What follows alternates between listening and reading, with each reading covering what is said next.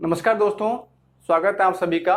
मैं हूं मुकेश और आज हम पढ़ेंगे ऊंचाई एवं दूरी वाला टॉपिक और इससे संबंधित सभी सवाल।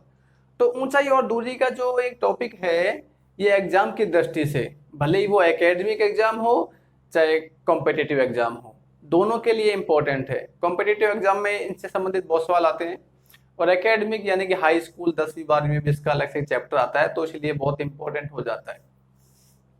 तो इस टॉपिक को समझने के लिए हमको दो तीन परिभाषाएं समझनी पड़ेंगी। देखते हैं कौन कौन सी है वो। एक है दृष्टि रेखा, दृष्टि रेखा विजन लाइन। तो नाम से स्पष्ट है, दृष्टि यानी कि देखना। अब जैसे मेरी आंखें जिधर देख रही हैं वो दृष्टि लाइन हो जाएगी। जैसे मैं कैमरे की तरफ देख रहा हूं ऐसे, तो मेरी जो दृष्टि रेखा है वो ये है। क्लियर। एक आता है उन्नयन कोण, उन्नयन कोण, और एक आता है अवनमन कोण। ये क्या होते हैं, ये समझना बहुत जरूरी है इस टॉपिक को समझने के लिए। सबसे पहले मैं बात करता हूं उन्नयन कोण की। ठीक है। अब उन्नयन कोण होता क्या है, जैसे मान लिया जाए, मैं एकदम सरल भाषा में आपको बता रहा हूं। देखो, इसको समझने के लिए सबसे पहले समझो, ये तो होता है क्षैतिज, क्षैतिज ऐसे, क्षैतिज तल, क्षैतिज तल बोलते हैं इसको, ये क्षैतिज बोल रहे एक ही बात है। जैसे जमीन होती है ना एकदम सपाट समतल, इसको बोलते हैं क्षैतिज। अब एक होती है ऊर्ध्वाधर, जैसे खंबा खड़ा हुआ होता है ऊर्ध्वाधर, जैसे मैं खड़ा हुआ हूं तो ऊर्ध्वाधर खड़ा हुआ हूं। हम पलंग पे सोते हैं तो कैसे सोते हैं, क्षैतिज ऐसे। तो ये तो है ऊर्ध्वाधर, ये है क्षैतिज। इसको बोलते हैं हॉरिजॉन्टल, इसको बोलते हैं वर्टिकल अंग्रेजी में। अब ये क्षैतिज ऊर्ध्वाधर आपके समझ में आ गया। अब समझते हैं कि उन्नयन कोण क्या होता है। जैसे शुरुआत में मेरी जो नजरें हैं वो क्षैतिज रेखा में देख रही है, यानी कि मेरी दृष्टि रेखा है वो क्षैतिज में है ऐसे। जैसे मैं आंख का निशान बना देता हूं, इधर ये आंख है। मान ली जाए कि पहले मैं इधर देख रहा हूं, ये मेरी दृष्टि रेखा है। कौन सी रेखा है, दृष्टि रेखा। दृष्टि रेखा बोल दो, चाहे तो आप इसको बोल दो क्षैतिज तल। मैंने बताया था आपको, क्षैतिज ऐसा होता है, ऊर्ध्वाधर ऐसे होता है। अब मान लिया जाए कि मैं तो देख रहा हूं ऐसे, अब आसमान में मैं ऐसे देख रहा हूं फिलहाल तो। अब आसमान में मान लो कोई हवाई जहाज आ गया, एरोप्लेन आ गया, तो मुझे क्या करना पड़ेगा, मेरी नजरों को इस क्षैतिज तल से ऐसे उठाना पड़ेगा ऊपर की तरफ। जब तक मैं ऊपर नहीं देखूंगा तब तक एरोप्लेन नहीं देख सकता। तो होगा क्या कि पहले तो मैं देख रहा था ऐसे, अब मान लो एरोप्लेन यहां पे उड़ रहा है, तो मुझे इस एरोप्लेन को देखने के लिए ऊपर अपनी नजरें ऐसे उठानी पड़ेंगी। तो मेरी दृष्टि रेखा अब कैसे हो गई, इधर हो गई ना। पहले इधर थी, अब क्या हो गई, इधर हो गई। यानी कि इतना मूवमेंट कर गई है, यहां थी अब यहां आ गई।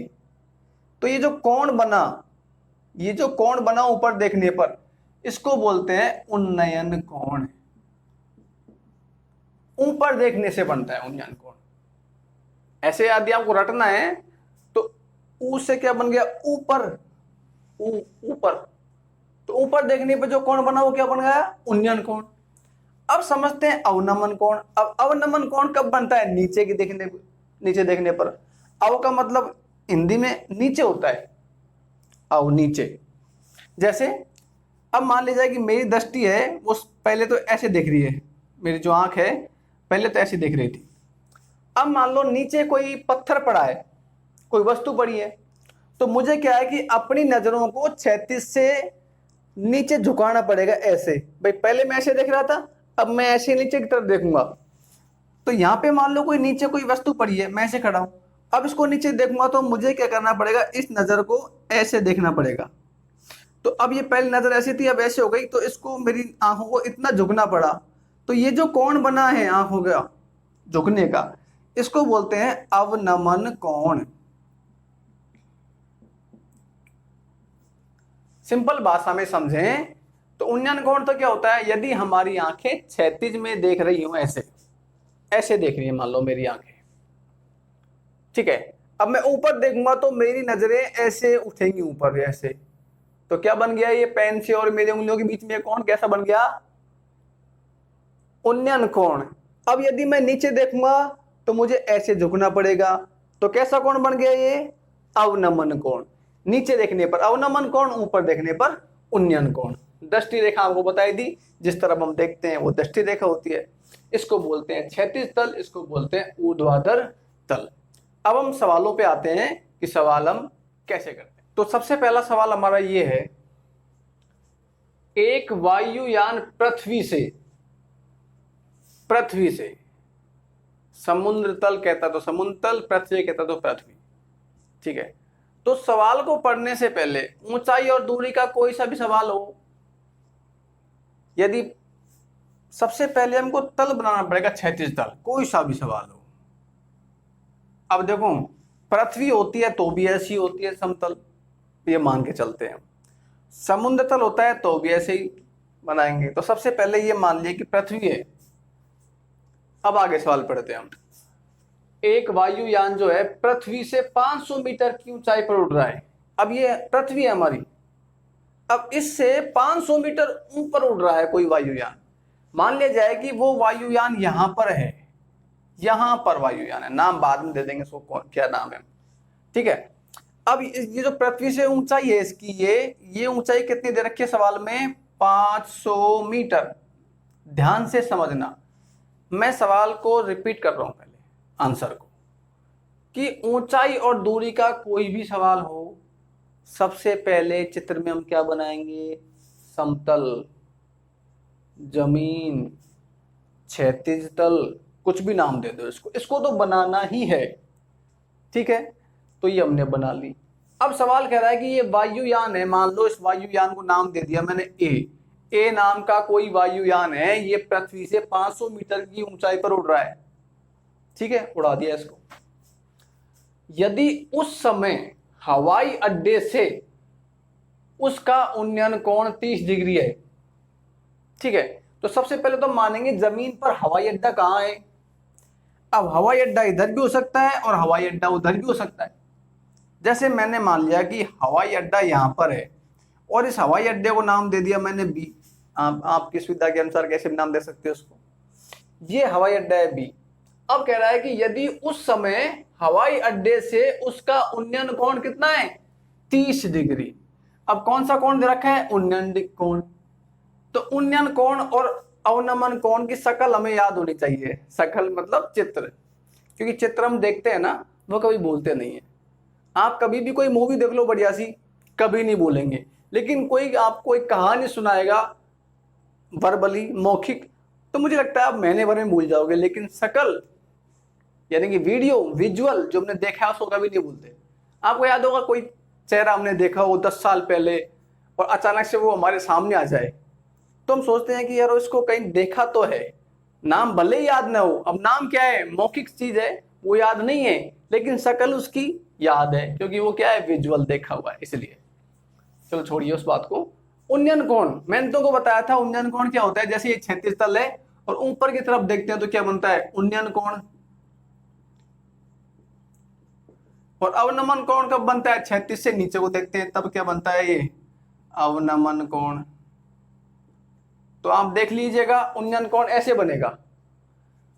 तो ये क्षैतिज तल है, यहां पे बन रहा है उन्नयन कोण, तो जाहिर सी बात है उन्नयन कोण यहीं पे बनेगा, ऐसे लाइन खींचेंगे तभी तो बनेगा। तो उस समय हवाई अड्डे से उसका उन्नयन कोण, किसका उन्नयन कोण, हवाई जहाज का, तो मतलब इन दोनों को मिला लो ऐसे। तो ये जो उन्नयन कोण बना ये वाला, ये कितना है, 30 डिग्री, ठीक है। सवाल रिपीट कर देता हूं, एक वायुयान पृथ्वी से 500 मीटर की ऊंचाई पर उड़ रहा है। यदि उस समय हवाई अड्डे से, देखो हवाई अड्डे से, हवाई अड्डा यहीं पे बी पर, हवाई अड्डे से उसका यानी किसका, हवाई जहाज का, हवाई अड्डे से हवाई जहाज का, दोनों को मिला दिया, उन्नयन कोण कितना बन रहा है, 30 डिग्री, ठीक है। तो ये हमने लिख दिया। तो वायुयान की हवाई अड्डे से सीधी दूरी ज्ञात करो। अब ये तो रहा वायुयान और ये है हमारा हवाई अड्डा, तो सीधी दूरी यही तो होगी, ये दूरी हमको ज्ञात करनी है, ये दूरी मैंने मान ली x मीटर, ये हमको ज्ञात करनी है कि ये होगी कितनी। तो हम कैसे ज्ञात करेंगे, देखो अब इस सवाल को हल करने से पहले हमको और भी कई चीज़ों का नॉलेज होना बहुत जरूरी है, क्योंकि त्रिकोणमिति में देखो सारी चीजें हमको आनी चाहिए, तब जाके हम सवाल हल कर पाएंगे, थोड़ा सा ध्यान रखना। तो ये जो त्रिभुज बनाना, ये त्रिभुज है समकोण त्रिभुज। देखो ये कोण कितने का बना, 90 डिग्री का, इसलिए ये कैसा कोण हो गया, समकोण। यानी कि एक ऐसा त्रिभुज जिसका एक कोण कितने डिग्री का हो, 90 डिग्री का कहलाता है, समकोण त्रिभुज कहलाता है। जैसे मान लो जमीन पे कोई खंभा खड़ा होता है, वो कितना कोण बनाता है, 90 डिग्री का। मैं खड़ा हूं जमीन से, कितना कोण बना रहा हूं, 90 डिग्री का। तो ये भी एकदम सीधा ही तो है, कितना कोण बनाएगा, 90 डिग्री का। तो ये कहलाएगा समकोण त्रिभुज, ठीक है। अब ये जो 90 डिग्री छोटा कोण होता है त्रिकोणमिति में, याद रखिएगा 90 डिग्री छोटा कोण होता है, उसको बोलते हैं थीटा। अब इसके सामने वाली भुजा जो होगी ना, ये तो कहलाएगी लंब, याद रखना 90 डिग्री छोटा वाला कोण कहलाता है थीटा, ठीक है। हालांकि ये भी थीटा ही है, लेकिन छोटे वाले कोण के सामने वाली भुजा कहलाती है लंब, और नीचे की कहलाती है क्या, आधार। और ये सबसे बड़ी जो भुजा है ये कहलाएगी तुम्हारी कर्ण, ठीक है। इसको मैं नोट कर रहा हूं वैसे याद रखने के लिए, ए आधार मतलब ए, लंब मतलब एल, और कर्ण को लिख रहा हूं मैं के से। हमको के का मान ज्ञात करना है। अब त्रिकोणमिति में होता क्या है आप ये समझिएगा, थोड़ा सा ज्यादा लिखने में आ गया ना, तो मैं इसको यहां मिटा देता हूं इसको। अब हमको क्या करना है, इसका मान ज्ञात करना है कर्ण का, एक तरीके से इस भुजा का, और इसका मान दिया हुआ है। तो इस प्रकार के सवालों को हम कैसे हल करेंगे, देखना आपको केवल इतना ध्यान रखना है कि किसका तो मान दे रखा है, किसका मान पूछा है। तो यहां पे देखिएगा, यहां पे इसको नाम दे दिया मैंने, सी बिंदु दे दिया। हमको लंब का मान तो दे रखा है और कर्ण का मान पूछा है। लंब का मान देख सकते हो आप, दे रखा है 500 मीटर, और कर्ण का मान पूछा है कि कर्ण ये जो है ना कितना होगा, वायुयान की हवाई अड्डे से बीच की दूरी, सीधी दूरी पूछा है हमसे ये। तो देखो इसमें एक सूत्र लगेगा त्रिकोणमिति में, याद रखने के लिए मैं आपके सूत्र बताता हूं, वो होता है लाल बटे कक्का, लाल बटे कक्का, ठीक है। ऐसे इसको अलग कर लो, इसको अलग कर लो, इसको अलग कर लो, हो गया ना, एल ए लाल, के ए कक्का। तो एल बटे के ये मान होता है साइन थीटा का। त्रिकोण में 3 अनुपात होते हैं, sine theta, cos theta, tan theta, cosec theta, sec theta और कोट थीटा, ऐसे होते हैं। तो ये पहला मान किसका होता है, साइन थीटा का। दूसरा मान किसका होता है, कोस थीटा का। और तीसरा मान किसका होता है, टेन थीटा का। अब आपको क्या देखना है कि ये एल और के किस में आ रहा है। तो एल और के आप देख सकते हो किस में आ रहा है, साइन थीटा में। तो ये सूत्र हम काम में लेंगे, कौन सा सूत्र काम में लेंगे, साइन थीटा बराबर लंब बटे कर्ण। ये एल और के तो मैंने समझने के लिए किया है, एग्जाम में आता है ना तो लिखना है आपको लंब बटे कर्ण। कंपिटेटिव में आता है तो कोई दिक्कत ही नहीं है, आपको सीधा सीधा आंसर लिखना है, ये लिखना ही नहीं है। लेकिन एकेडमिक एग्जाम में, क्लास के एग्जाम में ये लंब बटे कर्ण आपको लिखना पड़ेगा।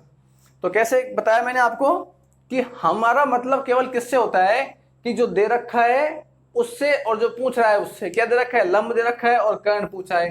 तो इनमें ये देखो आप कि लंब और कर्ण किस में आ रहा है, लंब और कर्ण किस में आ रहा है, साइन थीटा में। ये प्रत्येक सवालों में होगा, ऊंचाई और दूरी वाले में। आपको लग रहा है ऐसे सर ने क्या क्या बता दिया, लेकिन ये तो आपको याद रखना पड़ेगा, लाल बटे कक्का, ठीक है। और इस चित्र को बनाने के बाद में हमको ये देखना पड़ेगा कि क्या तो दे रखा है, क्या पूछा है। तो लंब तो दे रखा है और कर्ण पूछा है, लंब बटे कर्ण किस में आता है, साइन थीटा में। तो सूत्र हमने लिख लिया, साइन थीटा बराबर लंब बटे कर्ण, यानी कि एल बटे के। अब थीटा क्या होता है, ये वाला जो दे रखा है सवाल में, ये दे रखा है ना 30 डिग्री, ये हमको मान रखना है यहाँ पर।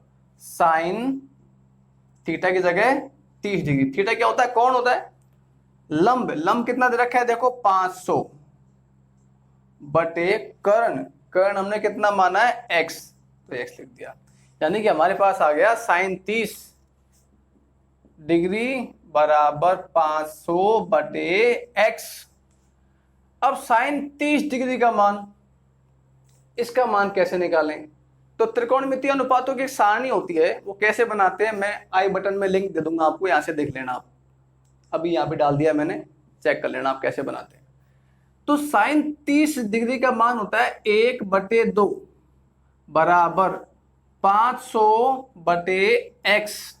अब इसका वज्र गुणा कर दो, इसको तो इससे कर दो और इसको इससे गुणा कर दो, x एकम x बराबर 500 गुणा 2 कितना होता है 1000। अब ये दूरी है, ये x क्या है दूरी, तो दूरी किस में दे रखी है मीटर में, यानी कि ये कितना आ गया 1000 मीटर, यानी कि वायुयान की जो हवाई अड्डे से दूरी कितनी है 1000 मीटर है। ऐसे हम ज्ञात करेंगे।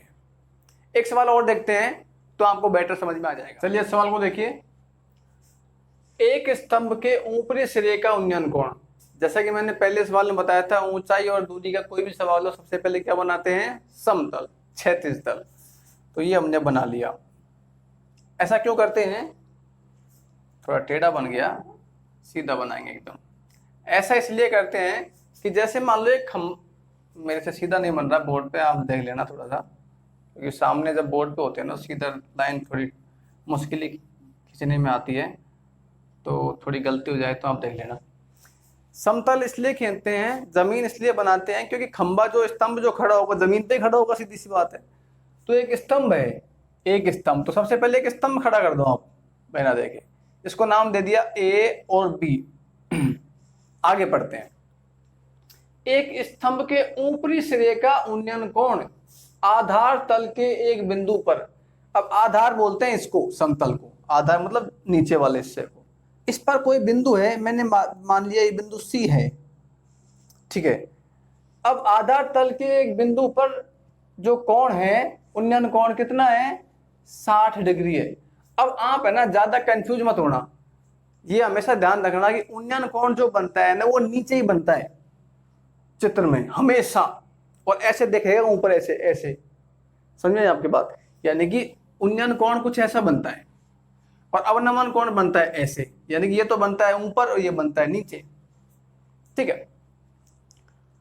तो आपको एक बात हमेशा याद रखनी है कि उन्नयन कोण जो बनेगा ना नीचे की तरफ बनेगा और ये बिंदु हमेशा मिलते हैं।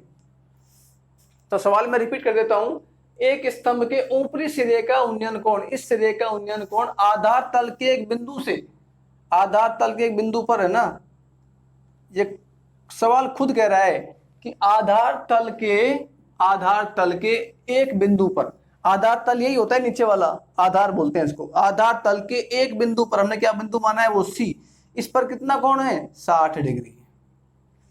यदि उन्नयन कोण ना भी लेता ना तो ये नीचे ही बनता, क्या कह रहा है आधार तल के एक बिंदु पर कितना कोण बनता है 60 डिग्री का, और उन्नयन कोण हमेशा याद रखना चित्र में नीचे बनेगा और अवनमन कोण हमेशा ऊपर बनता है।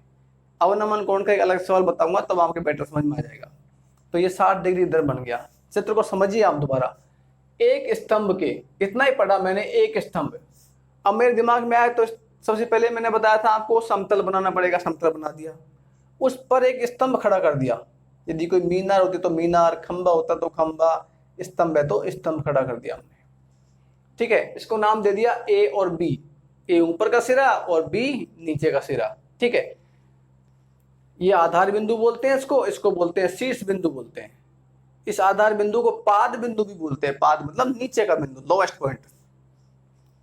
तो ये जो स्तंभ खड़ा कर दिया, अब कह रहा है कि इसके ऊपरी सिरे का, इसके स्तंभ के ऊपरी सिरे का उन्नयन कोण जो है आधार तल के एक बिंदु पर, आधार तल के एक बिंदु पर कितना है 60 डिग्री, ठीक है। अब आप कंफ्यूज कहां पे होंगे, या तो कोण यहां बना देंगे या कोण यहां बना देंगे। याद रखना नीचे हमेशा उन्नयन कोण बनता है, ऊपर बनता है अवनमन कोण, तो यहाँ पे तो बनेगा ही नहीं, यहाँ पे तो क्या बनता है अवनमन कोण बनता है, यहाँ पे क्या बनेगा उन्नयन कोण। तो उन्नयन कोण कितना है 60 डिग्री। अब आगे पढ़ते हैं। यदि यह बिंदु, कौन सा बिंदु, ये वाला बिंदु, यदि यह बिंदु स्तंभ के आधार से, स्तंभ के आधार बिंदु से, स्तंभ का आधार बिंदु कौन सा है, ये है स्तंभ का आधार बिंदु, नीचे का बिंदु।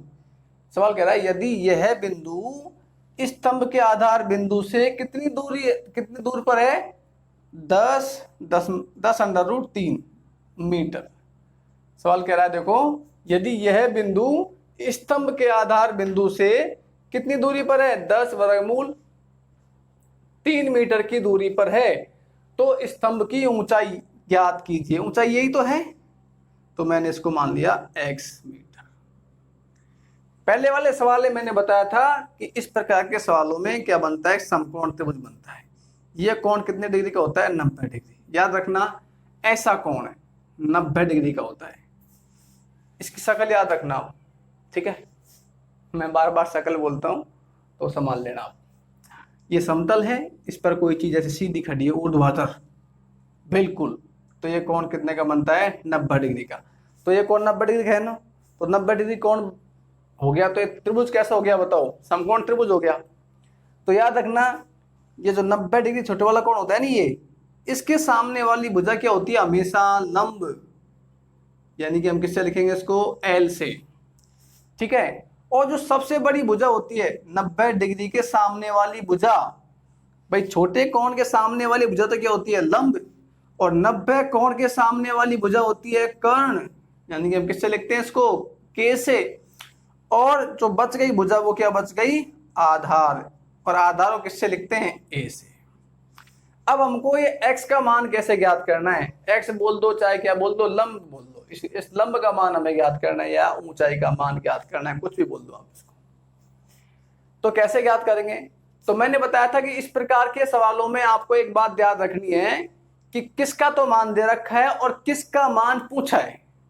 तो यहां पे आप देख लो, कर्ण का मान दे रखा है, नहीं, आधार का मान दे रखा है और लंब का मान पूछा है। ये मान नहीं पूछा हमसे पूछा है स्तंभ की ऊंचाई, ये ऊंचाई पूछी है और ये दे रखा है।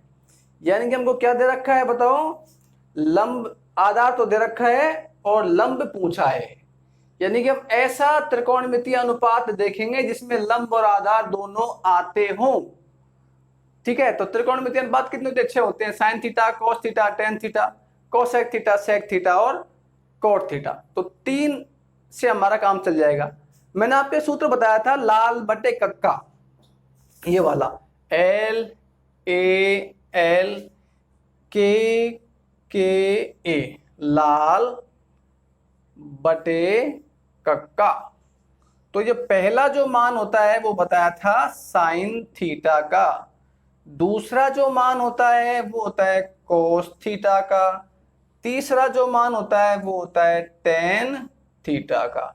अब आप कहोगे कि वो 3 कहां बच गए, है ना, तो एक होता है कोसेक थीटा। हालांकि हमारे तो ये 3 ही काम आएंगे, ये कभी काम में नहीं आते हैं, लेकिन मैं बता रहा हूं आपको, कोसेक थीटा, और एक होता है सेक थीटा, और एक होता है कोट थीटा। ये तीनों थीटा इनके उल्टे होते हैं, साइन का उल्टा कोसेक, कोस का उल्टा सेक, टेन का उल्टा कोट। तो जो साइन थीटा का मान होता है ना, उसका उल्टा कर दो तो किसका मान आ जाएगा, कोसेक थीटा का। तो कोसेक थीटा का मान क्या आ जाएगा, कर्ण बटे लंब, इसका आ जाएगा कर्ण बटे आधार, इसका आ जाएगा आधार बटे लंब, यानी कि इनका उल्टा कर दो, नीचे वालों को मान आ जाएगा, लेकिन हमारा तो काम इनसे चल जाएगा। तो अब आप ये देखिए, देखो इस सवाल में आधार का मान दिया हुआ था, लंब का मान पूछा है, यानी कि ऐसा त्रिकोणमितीय अनुपात हम ढूंढेंगे जिसमें ए भी आता हो और एल भी आता हो। तो देखो ए और एल इनमें ही आ रहा है बस, और किसी में ए एल नहीं आ रहा। देखो दोनों, इसमें ए आ रहा लेकिन एल नहीं आ रहा, इसमें एल आ रहा लेकिन ए नहीं आ रहा, एल और ए दोनों इसी में आ रहे हैं। देखो एल का मान तो पूछा है और ए का मान दिया हुआ है, तो कौन सा थीटा काम में लेंगे, टेन थीटा।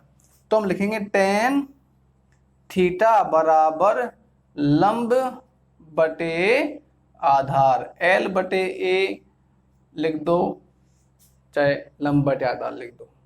वैसे एल तो रटने के लिए है, समझ में आई आपकी बात, लिखना तो क्या आपको, लंब बटे आधार। तो थीटा का मान क्या रखेंगे, जो 90 डिग्री छोटा होता है ना वो रखते हैं थीटा। तो थीटा का मान कितना है, 60 बराबर लंब का मान कितना दे रखा है, x, हमको ज्ञात करना है लंब का मान। तो आधार का मान कितना है, 10 वर्गमूल 3 दे रखा है सवाल में हमको आधार का मान।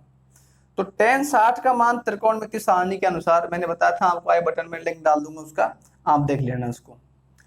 tan 60 का मान होता है वर्गमूल 3 x बटे 10 वर्गमूल 3। ठीक है, अब क्या करेंगे, हमको वज्र गुणा कर लो इनको। देखो इसके नीचे कुछ भी नहीं है तो क्या रख सकते हैं हम, 1 रख सकते हैं। तो इसको तो इससे गुणा कर लो और इसको इससे गुणा कर लो। तो x गुणा x क्या आता है, x गुणा 1, इसको बोलते हैं वज्र गुणा। x गुणा 1 क्या आता है, x। इन दोनों को गुणा कर लो तो 10 वर्गमूल 3 गुणा वर्गमूल 3। तो x बराबर 10 तो ये है ही। देखो याद रखना, वर्गमूल वाली संख्या को उसी से गुणा करो तो वही संख्या आती है अंदर वाली 3। जैसे वर्गमूल 2 गुणा वर्गमूल 2 2 आता है, वर्गमूल 3 गुणा 3 3 आता है, वर्गमूल 5 गुणा 5 5 आता है ऐसे। तो 10 गुणा 3 कितना आ गया, 30। और उत्तर किस में आएगा बताओ, मीटर में। यानी कि स्तंभ की जो ऊंचाई आएगी वो कितनी आई, 30 मीटर आ गई स्तंभ की ऊंचाई। तो ऐसे ज्ञात करेंगे हम किस सवालों को, उन्नयन कोण वाले सवालों को। अब अवनमन कोण वाले सवाल में अगले उसमें बताऊंगा आपको। तो दोस्तों आज के लिए इतना ही है, तब तक के लिए जय भारत, जय हिंद, नमस्कार।